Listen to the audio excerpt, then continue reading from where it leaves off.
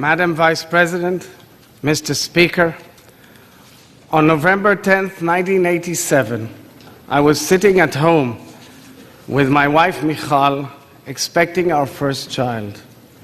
We were watching the first Israeli president invited to address a joint session of Congress in honor of Israel's 40th Independence Day. That president was my father.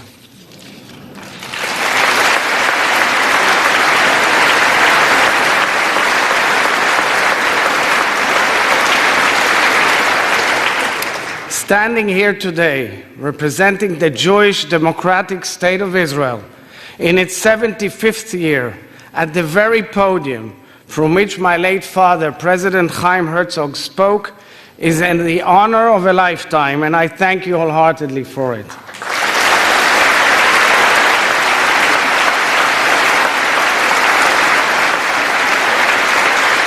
I was born and raised in Israel, but my father's diplomatic post at the United Nations brought my family to New York in the 1970s. During high school, I volunteered with the Legal Aid Society for the Elderly in Brooklyn, New York. I volunteered with the impoverished and the underprivileged elderly, including war veterans and Holocaust survivors who gave their best years to the country they loved. My mentor at the organization was a subtle, reserved professional. She was strictly business. The moment she broke character has remained with me for almost 50 years. It was the day she told me the love of her life died fighting for Israel. Her fiancé, a tall, bright American Jewish boy, was inspired by the Zionist dream and the Jewish people's desire for independence.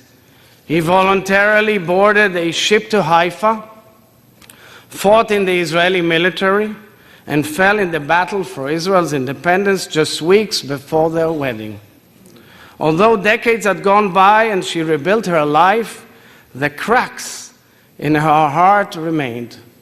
That moment in which I learned of the life he gave for the State of Israel spoke to the very core of the bond forged between the people of the United States and the people of Israel. How the nations we built overcame loss.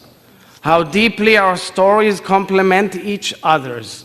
How far we have all come together.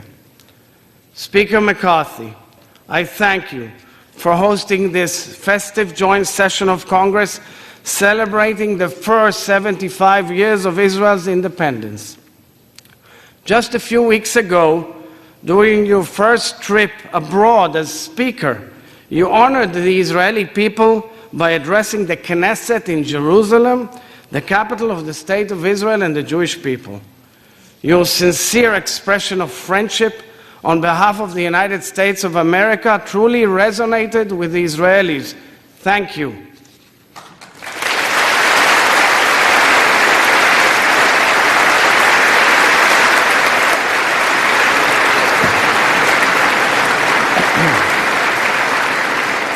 Vice President Harris, it is such a great pleasure to see you again. I vividly recall hosting you at the Knesset a few years back.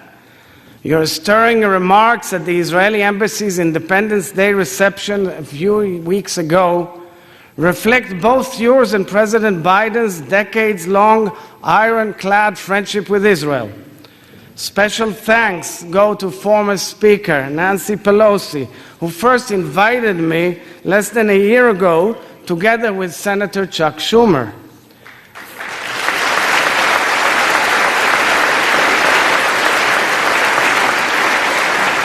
And special thanks to dear friends, Senate Minority Leader Senator Mitch McConnell and House Minority Leader Congressman Hakeem Jeffries for this bipartisan, bicameral invitation. And my thanks also to the distinguished members of the Escort Committee for greeting me so beautifully.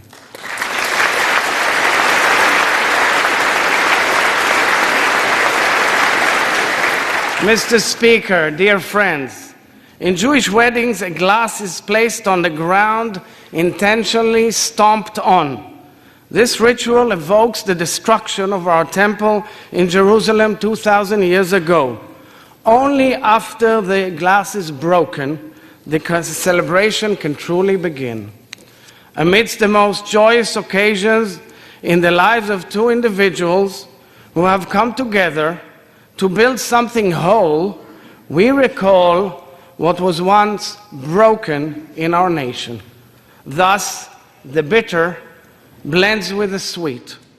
Today, the Hebrew calendar points to the first day of the month of Av. In Jewish tradition, this is a somber period in which we mourn the loss of our sovereignty. Jewish communities all over the world lament the beginning of our national exile, where throughout 2 millennia we continuously expressed a spiritual connection to our ancestral homeland, a longing to return home and regain our independence. Yet today, at this moment in my people's history, gathering on Capitol Hill to celebrate 75 years of Israeli independence with our greatest partner and friend, the United States of America, my soul is overflowing with pride and joy.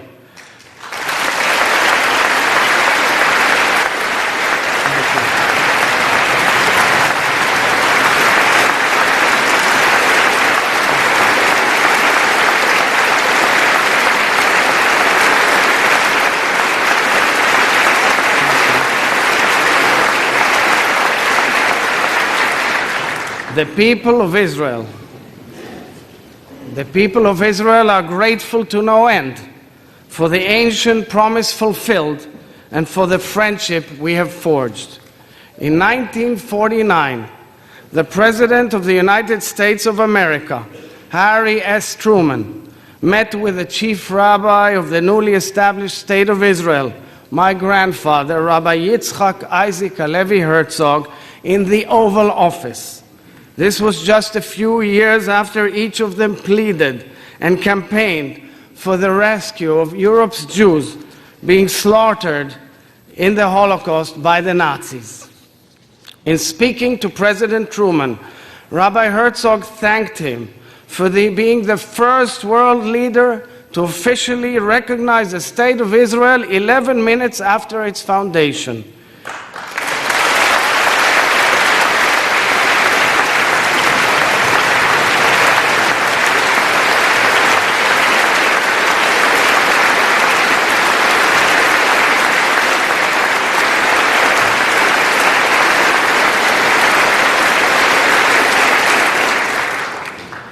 He spoke, Rabbi Hertzog, of the divine providence that destined President Truman to help bring about the rebirth of Israel after 2,000 years of exile. Witnesses of the encounter recalled tears running down President Truman's cheeks. We're honored to have President Truman's grandson, Clifton Truman Daniel, with us here today.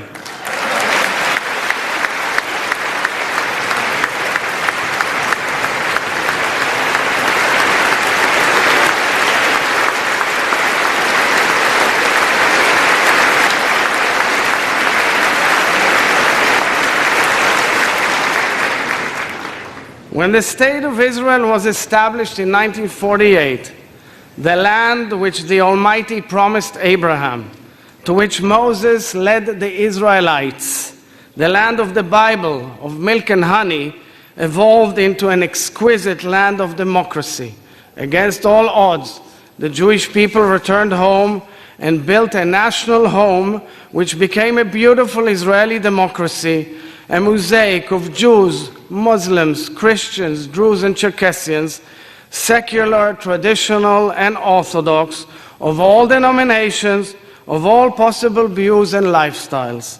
A land which welcomed the ingathering of exiles from over 100 nations.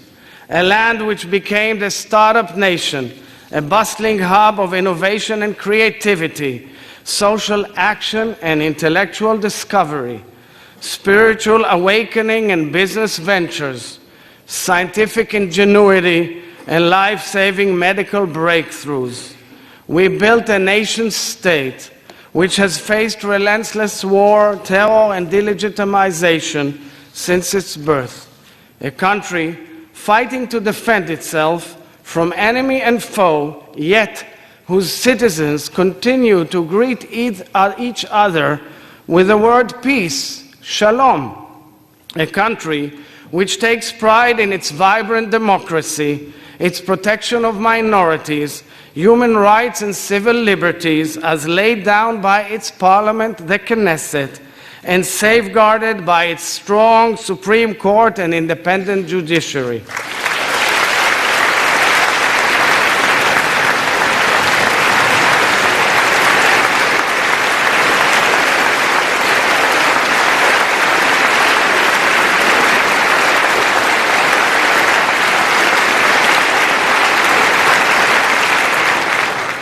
A state founded on complete equality of social and political rights to all its inhabitants, irrespective of religion, race, or gender, as stipulated explicitly in Israel's Declaration of Independence. A country which is ever evolving, a diverse amalgam of accents, beliefs, backgrounds, and customs. Truly a modern-day miracle. This is the sweetness in which our country has been blessed. However, dear friends, the bitter casts a dark shadow on our country, on our region, and on the world. Mr. Speaker, perhaps the greatest challenge Israel and the United States face at this time together is the Iranian nuclear program. Let there be no doubt, Iran does not strive to attain nuclear energy for peaceful purposes. Iran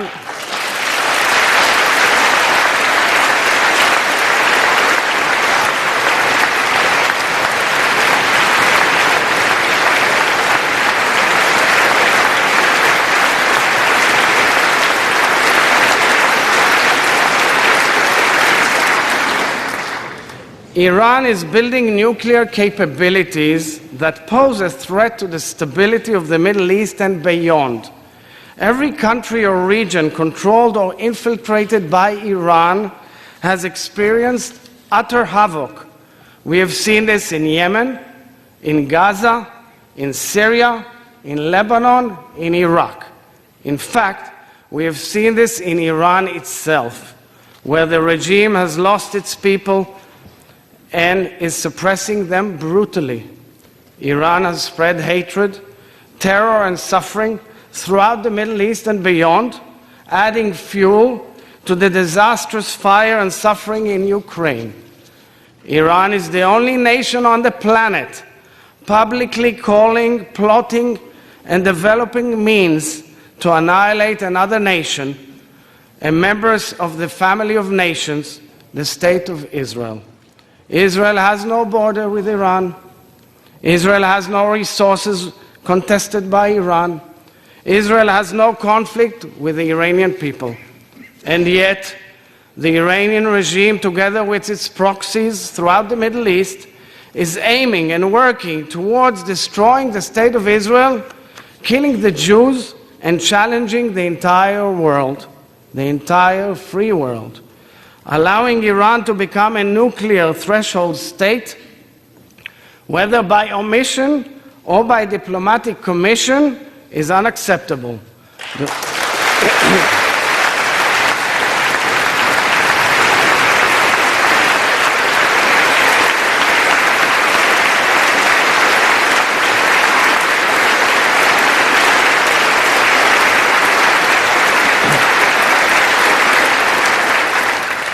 The world cannot remain indifferent to the Iranian regime's call to wipe Israel off the map.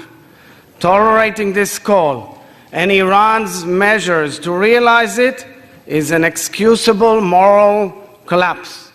Backed by the free world, Israel and the United States must act forcefully together to prevent Iran's fundamental threat to international security. I am here to reiterate what every Israeli leader has declared for decades. The State of Israel is determined to prevent Iran from acquiring nuclear weapon capabilities.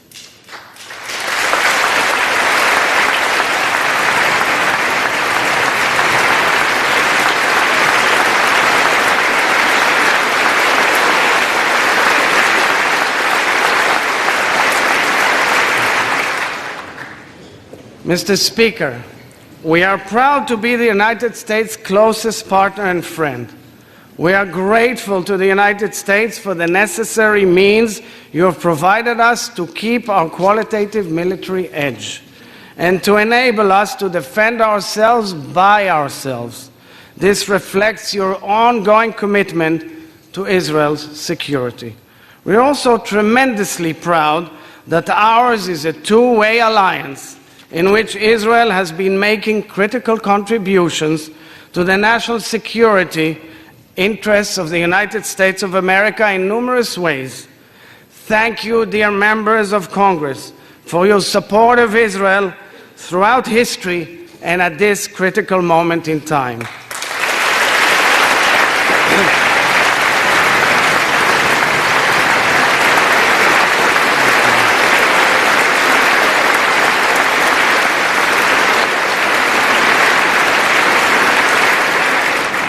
Mr. Speaker, there is no question that the peace which the United States brokered between Israel and its neighbors has revolutionized the Middle East. The historic peace treaties with the Arab Republic of Egypt and the Hashemite Kingdom of Jordan have demonstrated the many blessings of opting out of the cycle of war.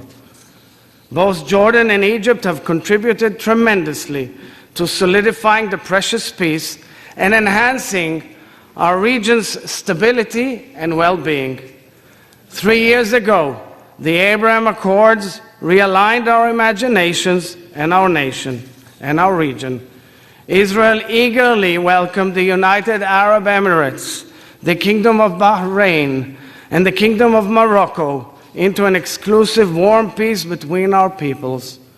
Since signing the accords, over 1 million Israelis have visited the Abrahamic nations, a clear expression of our will to become integrated in the region.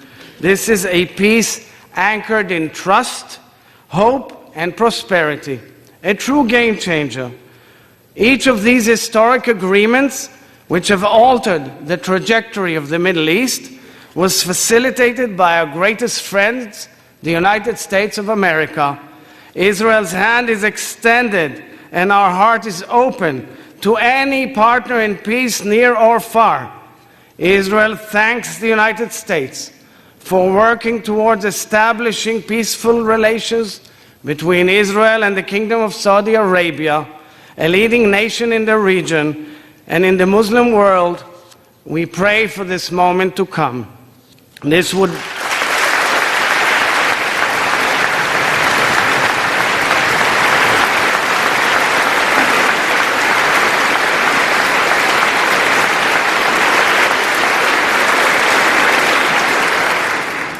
would be a huge sea change in the course of history in the Middle East and the world at large. My deep yearning, Mr. Speaker, is for Israel to one day make peace with our Palestinian neighbors.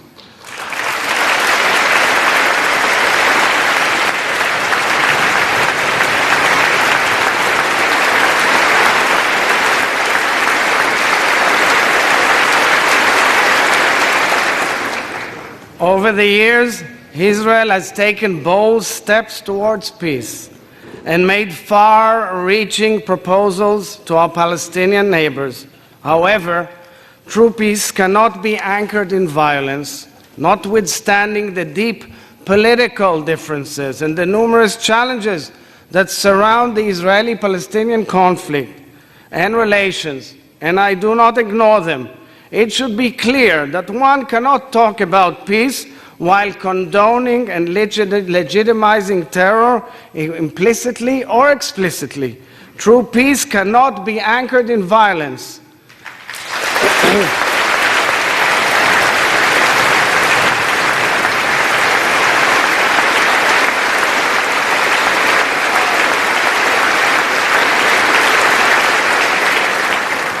Palestinian terror against Israel or Israelis undermines any possibility for a future of peace between our peoples.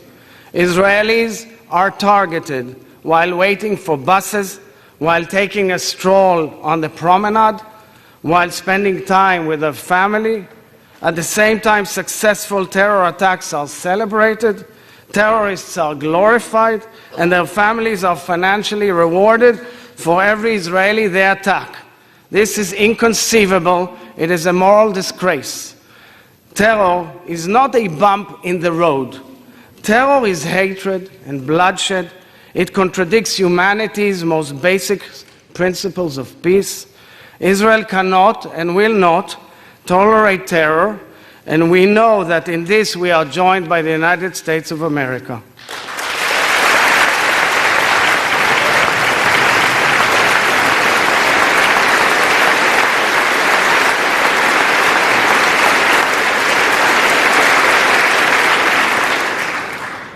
Two Israeli soldiers, Oron Shaul and Hadar Goldin, and two civilians, Hisham al-Said and Avera Mengistu, are being held hostage by Hamas for years for the sole purpose of torturing their families, the families they left behind. Lieutenant Hadar Goldin was abducted in violation of a UN-sponsored humanitarian ceasefire negotiated by the United States. His family has been fighting for 9 years to bring him home. I asked Hadar Goldin's mother, Leah, to be with us here today.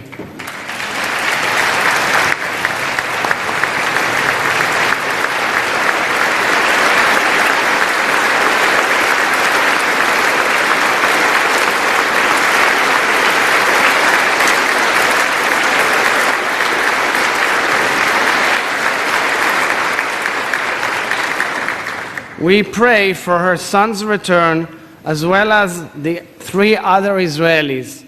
We pray for the fulfillment of Isaiah's prophecy. Nation shall not take up sword against nation, neither shall they know war anymore. The younger generation of Israelis and Palestinians deserve better. They are all worthy of a future to look towards, a future of peace and prosperity, a future of hope. And I'm wholeheartedly committed to this vision, a vision of hope and peace, true peace, without any terror.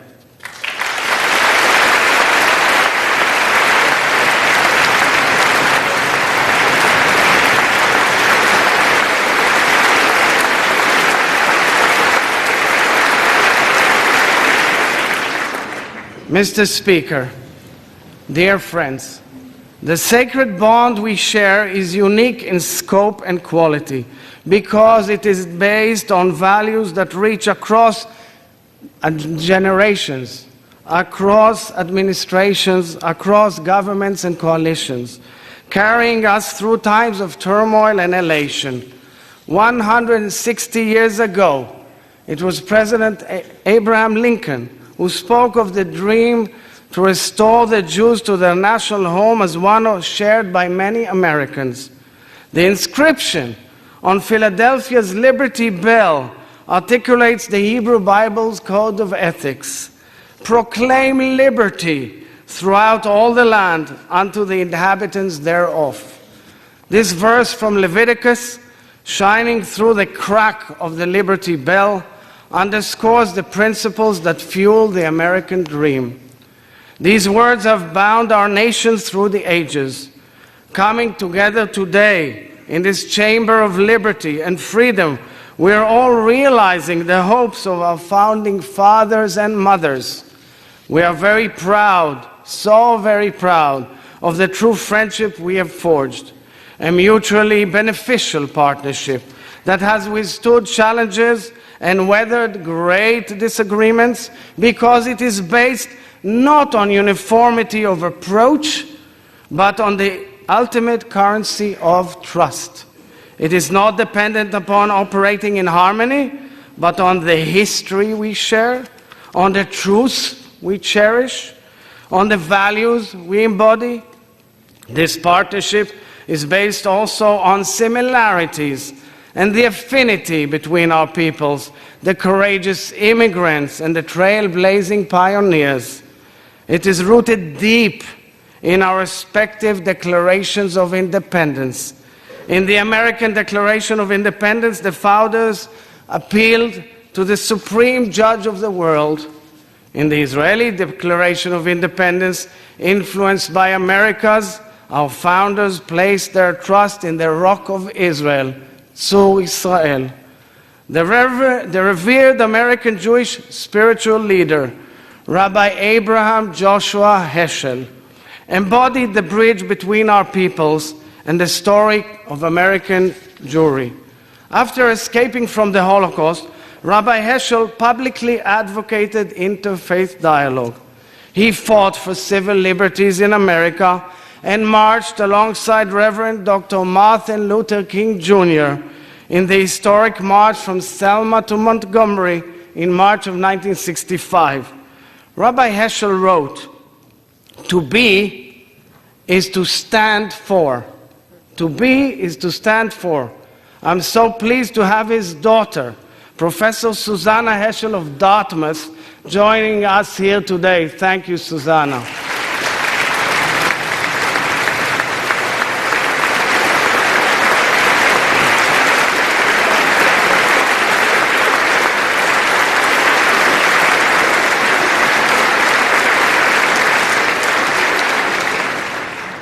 Susanna, your father reminds us that the principles we defend make us what we are. Ultimately, Israel and the United States stand, and indeed have always stood, for the same values. Our two nations are both diverse, life-affirming societies that stand for liberty, equality, and freedom. At our core, both our peoples seek to repair the cracks in the world. Having said this, I'm really well aware that our world is changing. A new generation of Israelis and Americans are assuming leadership roles.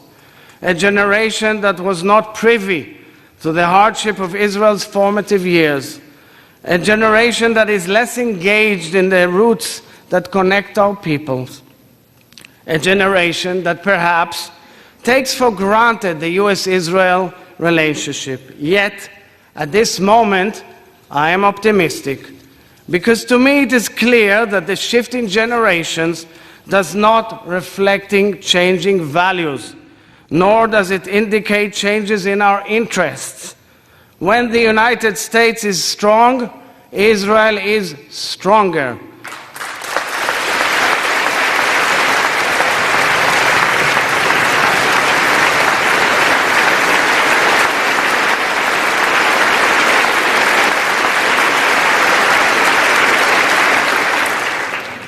And when Israel is strong, the United States is more secure.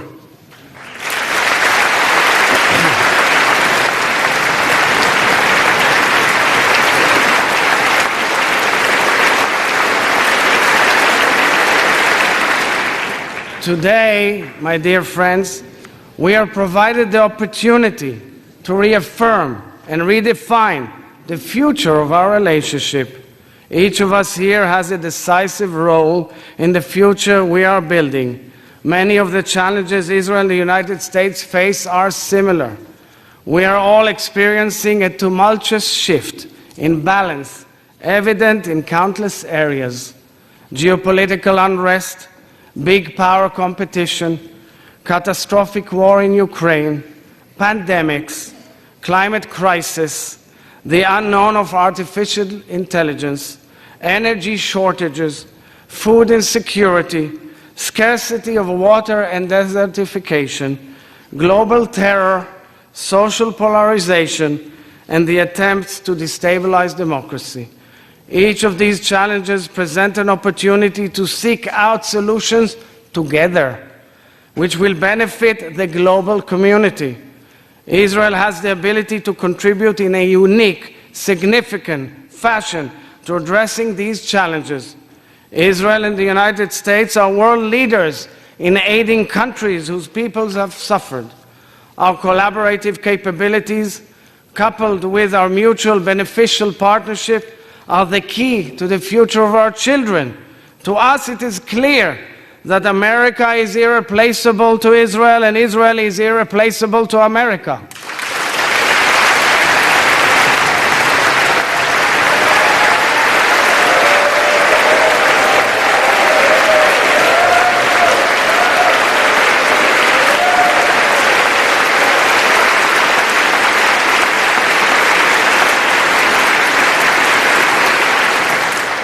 It is time to design the next stage of our evolving friendship and our growing partnership together.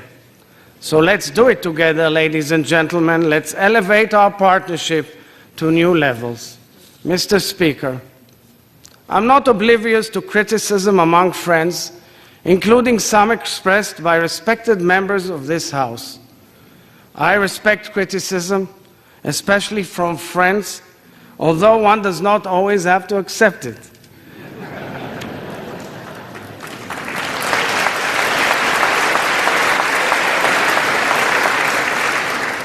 But criticism of Israel must not cross the line into negation of the State of Israel's right to exist.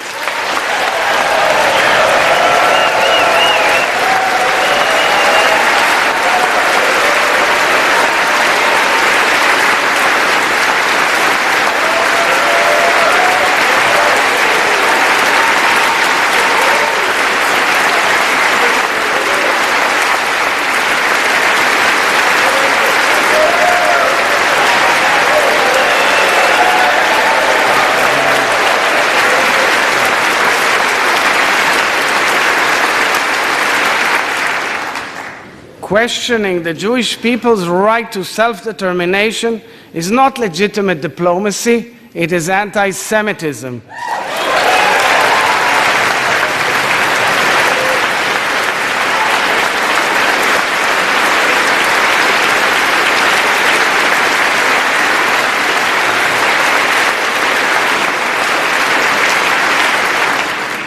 Vilifying and attacking Jews, whether in Israel, in the United States or anywhere else in the world, is anti-Semitism. Anti-Semitism is a disgrace in every form, and I commend President Joe Biden for laying out the United States' first ever national strategy to combat anti-Semitism.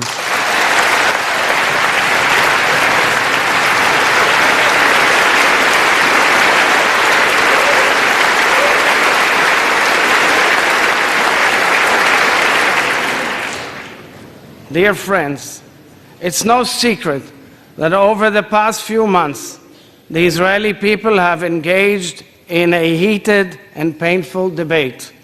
We have been immersed in voicing our differences and revisiting and renegotiating the balance of our institutional powers in the absence of a written constitution. In practice, the intense debate going on back home, even as we speak, is the clearest tribute to the fortitude of Israel's democracy.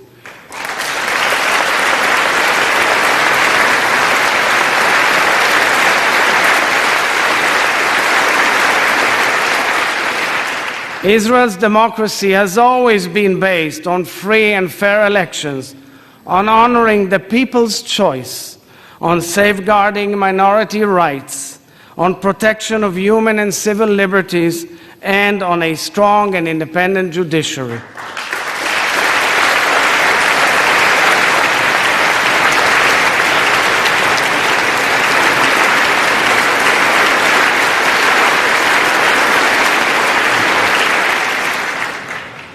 Our democracy is also 120 members of Knesset, comprised of Jews, Muslims, Christians, Druze, representing every opinion under the Israeli sun, working and debating side by side. Our democracy is also late Friday afternoon, when the sound of the muezzin calling to prayer blends with a siren announcing the Sabbath in Jerusalem, while on one of the largest and most impressive LGBTQ pride parades in the world is going on in Tel Aviv.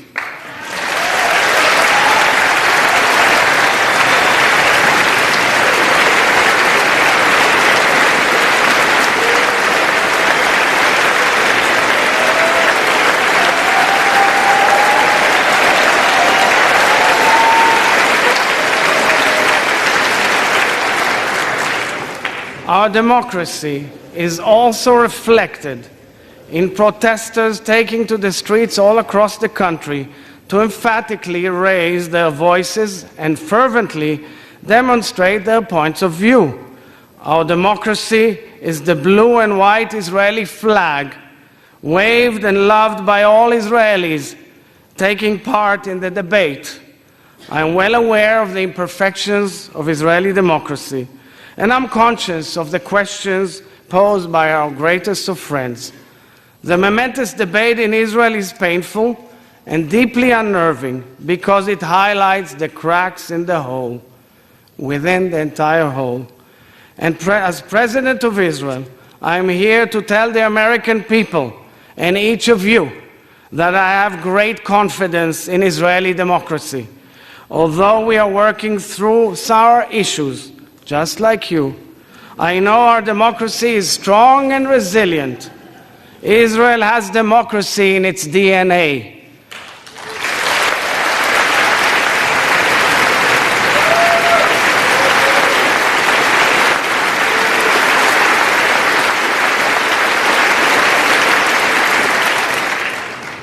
I am deeply mindful of the challenge which this moment presents to Israeli society, and I've made it the priority of my presidency to play a leading role in this critical and emotional public discussion. I will say to you, dear friends, in English, what I've said to my people, my sisters and brothers in Hebrew back home. As a nation, we must find a way to talk to each other, no matter how long it takes. As head of state, I will continue doing everything to reach broad public consensus and to preserve, protect, and defend the state of Israel's democracy.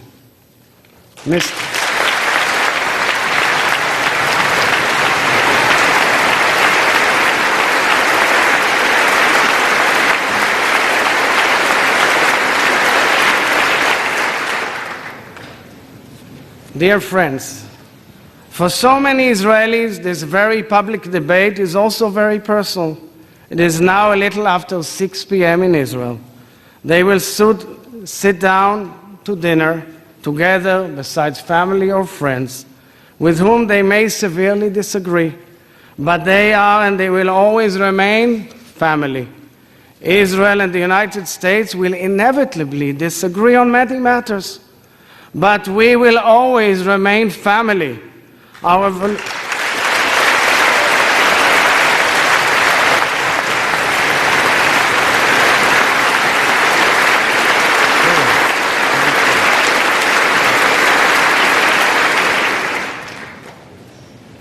revolutionary societies have so much to give to the world and so much to learn from each other.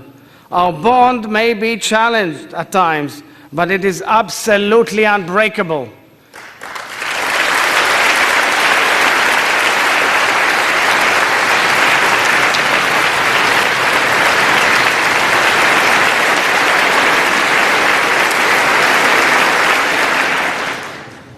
The Israeli national anthem Hatikva is a song of hope. The late Rabbi Lord Jonathan Sacks wrote that in Judaism, hope is an active virtue which requires a great deal of courage. Hope is the belief that together we can make the world better, that we can overcome any setback and heal the fractures in our world. Israel's first 75 years were rooted in an ancient dream. Let us base our next 75 years on hope, our shared hope that we can heal our fractured world as the closest of allies and friends. Thank you, members of both houses, for celebrating Israel's independence. Am Israel Chai.